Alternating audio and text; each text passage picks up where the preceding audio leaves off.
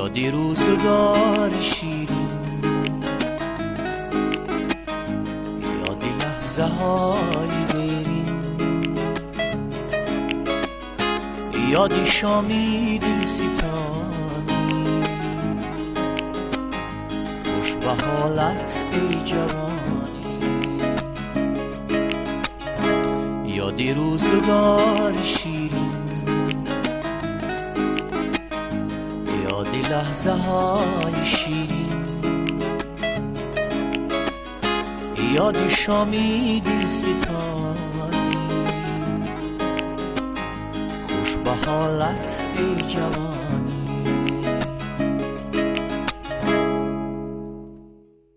درود بینندگان ارجمند برنامه یاد روزگار شیرین. بیایید با شیوه دریا زیستن را یاد بگیریم که می آید و دنیا را شاداب می گرداند. بیایید با فلسفه سبزه نفس کشیدن را یاد بگیریم. سر می کشد و در امتداد نفسهایش نفسهای قلبهای ما می گردد. بیایید با مضمون باران به کوه و دشت و پشته ها ریختن را بیاموزیم که از بالا می ریزد به همه جای یکسان. باران هیچگاه نمی پرسد که این منزل کی است و با مدری کی است. به همه جا می ریزد رایگان و خیلی خیلی فراوان. پس معلوم است که همیشه یادها باقی می مانند، یاد روزگار شیرین. و امروز ما تهیه‌گران برنامه تصمیم گرفتیم که وابسته به ایام دانشجویی ها و جوانی های نوربیبی جورایوا، هنرمند فیلارمونیای دولتی تاجیکستان به نام اکا شریف جورایف، صحبت داشته باشیم با کنجه ابراهیموف، ارباب هنر تاجیکستان. خوش آمدید. برای دعوت ما را پذیرفتن به شما اظهار تشکر میکنم. سلامت باشید. می رویم سیر عالم جوانی و دانشجویی های نوربیبی جورایوا. چگونه دانشجو بودند؟ اصلا درباره هنرمند گپ زدن بسیار مشکل است. بسیار قین است. بسیار برای که هنرمند یک خصوصیت و یک خاراکتر و یک مثل تابش های ایجادی خود را دارد. سخن گفتن خیلی مشکل است که تمام پهلوهای ایجادی یک هنرمند اگر در مجموع هم تو گیریم درباره و شرطی مشکل است. لیکن نوربیبی جورایوا یکی از هنرپیشه‌های خیلی با استعداد، هم موفق، هم چهره زیبا دارند، هم هنر زیبا دارند. آنها سال 1983 به دانشگاه دولتی صنعت تاجیکستان همون وقت به نام میرزا تونسزاده داخل شدند. سال 88 باید تمام کردن، شعبه رئیسور را تمام کردن.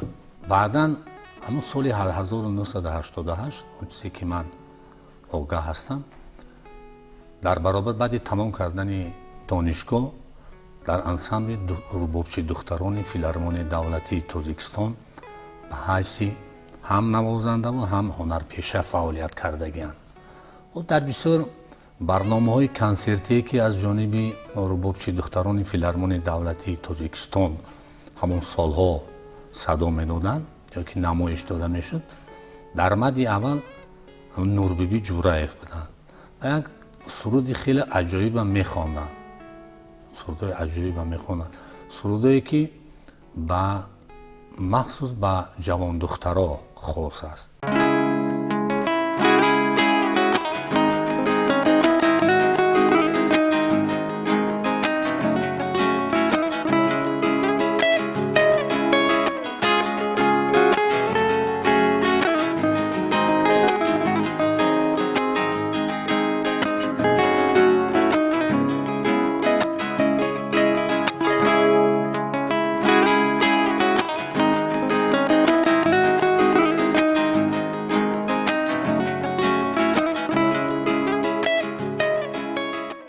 نوربیبی جورایوا نگفته نماند که در انتخاب متن، آهنگ خب خیلی هوشیار هستند.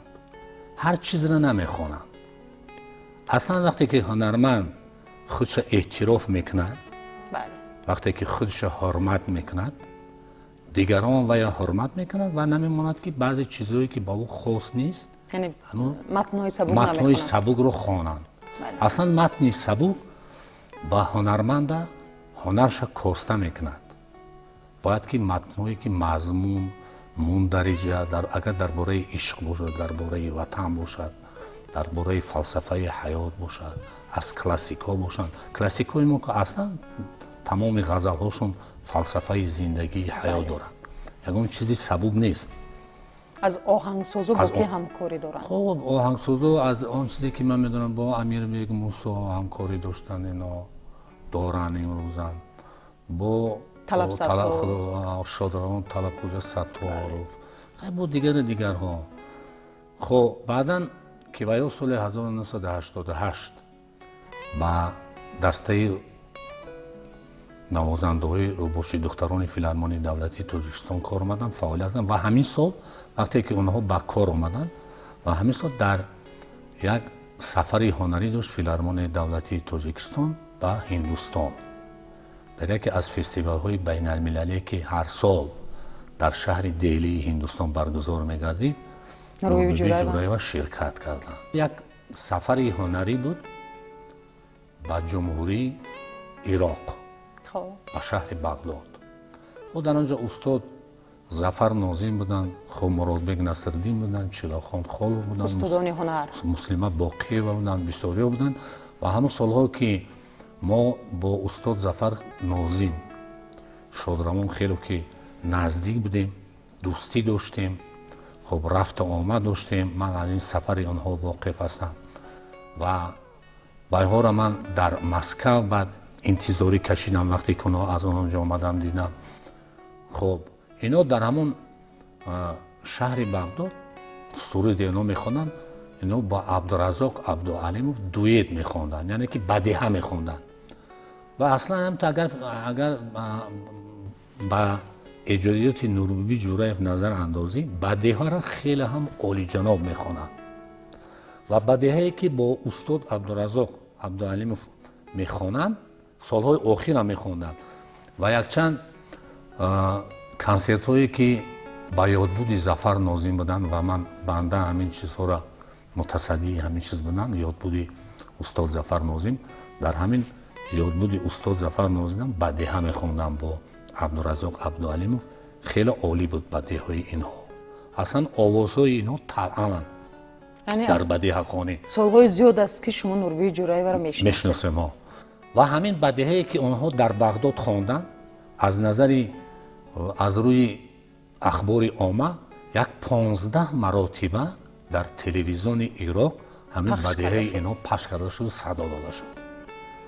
این از اون شهادت میدهد که بدیهه را آنها با همراهی استاد عبدالرزاق عبدالعلیموف خیلی در سطح کسبیت خواندند. خب بدیهه را هر کس خوانده نمیتواند. اصلا بدیهه را هر کس خوانده با همون آوازی که با آواز خودت جور می شود، یافتن این آواز هم مشکل است. لیکن این دو نفر خیلی عالی می خوانند. بغیر از بدیهه باز اون زمان کدام سرودها را برای خب سرودهای لیریکی بسیار می خواندن، سرودهای عشقی بسیار می خواندن، سرودها درباره وطن بود، سرودها درباره دیار بود، درباره مادر بود. خب خیلی سرودها بسیار در ایجادیات نوربی جوره هستند.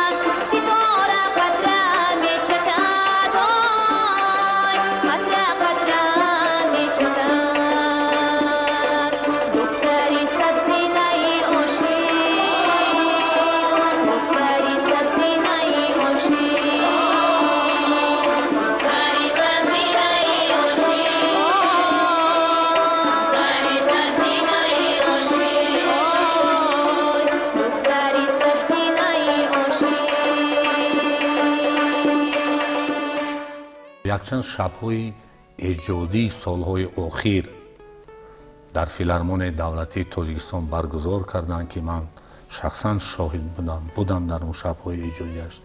хеле зуд хуб пазироӣ мекарданд мухлисон, хеле хуб қабул мекарданд. устоди нурбиби ҷураева дар роҳи санъат ки аст? аслан устоди инҳо муслима боқиева буданд, устоди инҳо зафар нозим буданд ки хеле ҳам бо устод зафар нозим дӯст буданд. ин оилаи инҳо бо онҳо дӯст буданд, чунки шавҳари нурбиби ҷураева худо раҳмат кунад Нурулло Ҳасанович хеле як шахсияти шинохтаи ҷумҳурӣ буданд. солҳои дароз вай роҳбарии филармонияи давлатии тоҷикистонро ба уҳда доштанд ва як солҳои дароз ҳамроҳи устод зафар нозим кор мекарданд дар ансамбли Ганҷина ва баъдан бо устод зафар нозим буданд. яъне як оилаи ҳунарманд буданд, оилаи ҳунарманд буданд ва Нурулло Ҳасанович ҳам худшам шахси ниҳоят фарҳангӣ буданд, инсони заминӣ буданд, хоксор буданд, як ҳунарманди хуб буданд ки хеле хизматҳои зиёд кардагианд. аввалин баромади Нурбиби ҷураеваро шумо дар саҳнаи ҳунар ёд доред? хуб аввалин баромадашон ки онҳо солҳои 88 баромад мекарданд дар бо ҳамроҳи рубобчии духтарон. мисол аввалин баромад шуда ман дар ёд дорам як духтараки хеле ҳам хароба ки нозука ки хеле ҳам овози олиҷаноб доштанд. мисол ҳозирам овозшон олиҷаноб, ҳама овозшон хеле ҳам нафис буданд. хуб телевизион он вақт чӣ хел буд? солҳои шӯравӣ рубобчии духтарон дар маҷмӯъ яъне ки дар дастаҷамъӣ сабт мекарданд ва сурудҳое ки ваё мехонданд дастаҷамъӣ буданд. аксарият сурудҳои онҳо бо ҳам сароида мешуд. дар якҷоягӣ дар танҳоӣ ё ки якахонӣ кам ҳамин чиз ба назар мерасид. вақте ки Нурбиби ҷураева дар ансамбли Чаман фаъолият карданд, ансамбли рубобчии духтарон мумкин баъдан номаш бо Чаман мубаддал гашт. Чаман фаъолият доштанд ва имрӯз ҳам фаъолият доранд. баъдан дар ин ансамбли Чаман ҳам дастаи раққосаҳо буданд, фаъолият мекарданд, ҳам дастаи навозандаҳо буданд ва ҳам солистҳо буданд, яъне ки якахона буданд. ана дар ин ҷода баъдан Нурбиби ҷураева хеле сурудҳои зиёд хонданд. яъне аз овони донишҷӯӣ то имрӯз Нурбиби ҷураева дар филармония фаъолият мекунад. 32 сол дар филармонияи давлатии Тоҷикистон фаъолияти эҷодӣ доранд. бо медали хизмати шоиста қадрдонӣ шуданд, бо ифтихорнома қадрдонӣ шуданд, аълочии фарҳанги ҷумҳурии Тоҷикистон ҳастанд.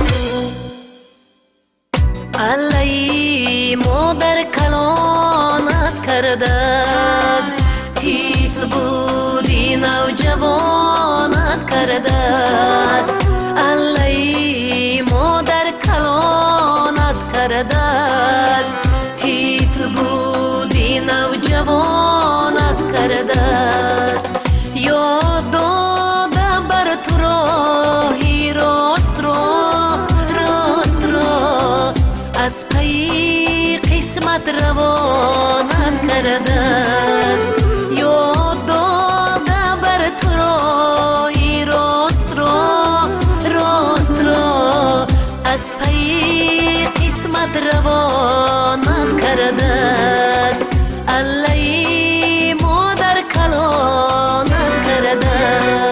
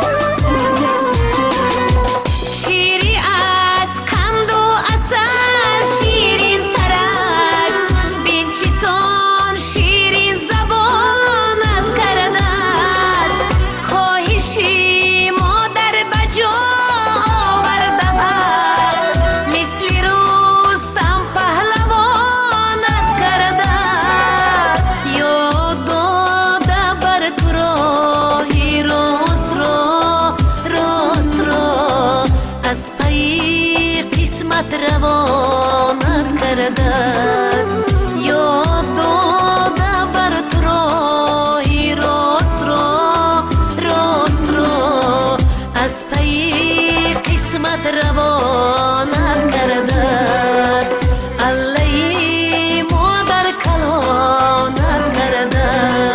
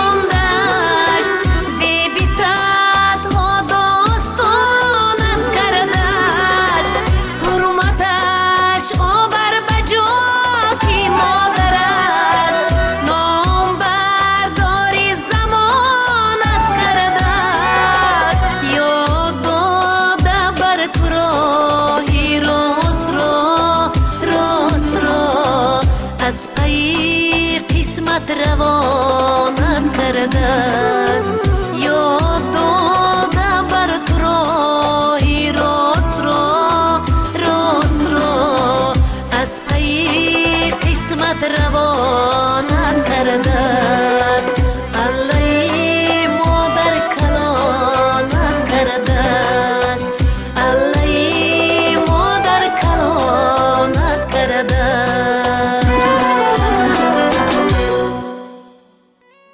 در باطنشون اما هنر هست استعداد هست بله. نه در هر کس است این استعداد نه به هر هنرمند نصیب میشد استعدادی که ناتکراری که خداوند در باطنی وی در قلبش جا کرده است ستاره هر کس شیده نمیتواند اصلا باید ستاره بودن در کن ابر بودن در کار در آسمان چون که ابر در تابستان هم است در تیر ماه هم است در زمستان هم است همیشه هست جاویدانی بله جاویدانی است استاد ظفر ناظم ابر است بله ابر وقتی که با آنها می آمدن که صحبت کنن می گفتن که ستاره میگن این سخن را اصلا شما باید نگی قبول نداشتن همین سخن را خب اصلا هنرمند اصیل حافظه است خب هنرمند تئاتر است نوازنده است خب اکتیور است او نباید همین سخن را نسبت خودش لایق داند که وی ستاره است ممکن اون نفرایی که خودشان ستاره میگن ممکن یکون ستاره خیره باشند ستاره باشند بگذار ممکن ستاره باشد لیکن ستاره نفری هست که وی جاویدانی است. بله. مثال استاد اکاشریف جورایف شادروان ستاره است در که سمای همه هنر. وقت در سمای هنر که همه وقت سرودی ویا آهنگی ویا بسیار شعر ویا کسی میخواند یا که استاد عطا محمد جانوف این ستاره بودند در هنر کینو سینما که در آسیا میانه نه اینکه در جمهوری تاجیکستان در آسیا میانه مثل و چنین یک هنرمند نبود. سلامت باشید. ایشان. یگان قصه بسیار جالب بهری هواداران برنامه یاد روزگار شیرین اینجا شما گفته میتوانید. خب از روزگاری نوربیبی نوربیبی جورایف. جورایف آخرین یادبودی استاد ظفر ناظمی بودن. من بسیار خواهش کردم که نوربیبی همچون شاگرد همچون شاگردی استاد هستید شما یک سرودی همین میتونید که یک سرودی ظفر ناظم شما سرای گفتن که پس برای چی نه؟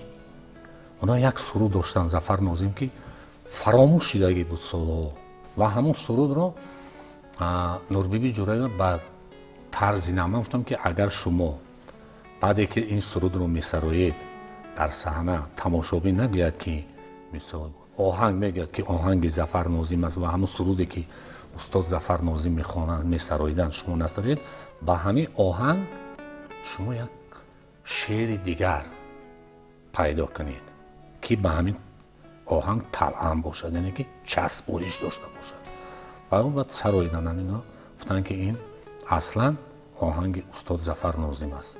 از این منبر برای نوربیبی جورایف چی تمنا میکنید؟ تمنا دارم که در ساحه هنر دور نباشند، ایجاد کنند، شب‌های ایجادی برگزار کنند زیاد. بله. خب چون که وقتی که هنرمند اون چیزی که در باطنی هست در ایجادیاتی هست وقتی که وی ایجاد میکند همون چیز را اگر با تماشابین اگر که نرساند مثال پیشکش نکند وی هنری وی هیچی است. بله.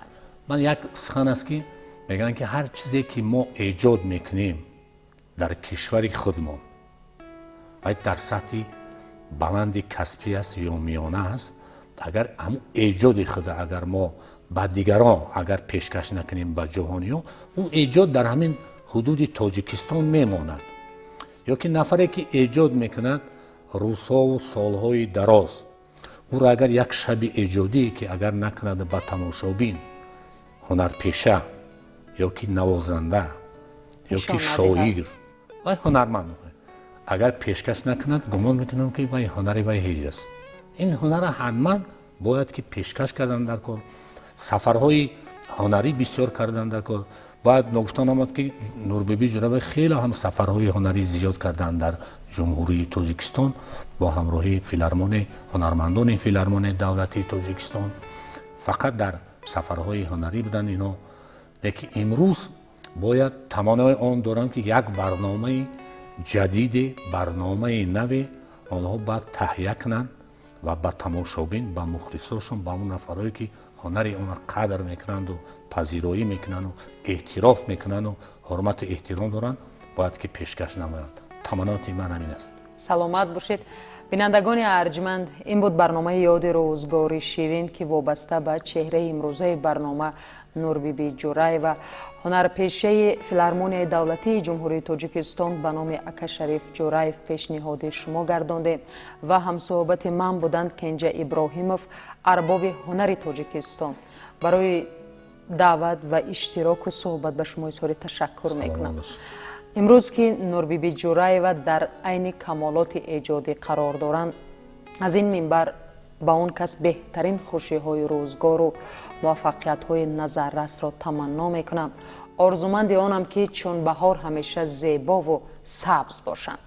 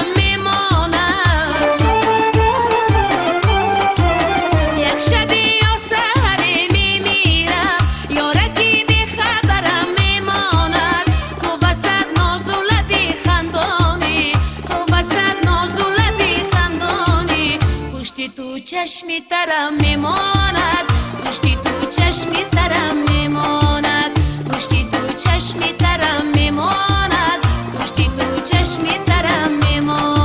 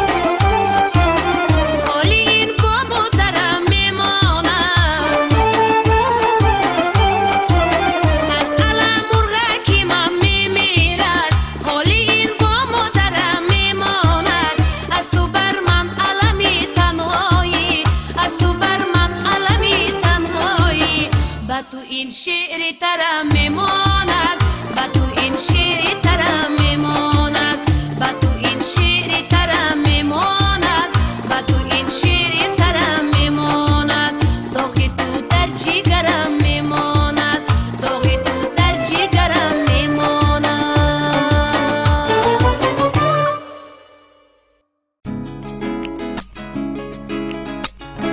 یادی روزگار شیرین لحظه های برین یادی شامی دل ستانی خوش به حالت ای جوانی یادی روزگار شیرین یادی لحظه های شیرین یادی شامی دل ستانی خوش به حالت ای جوانی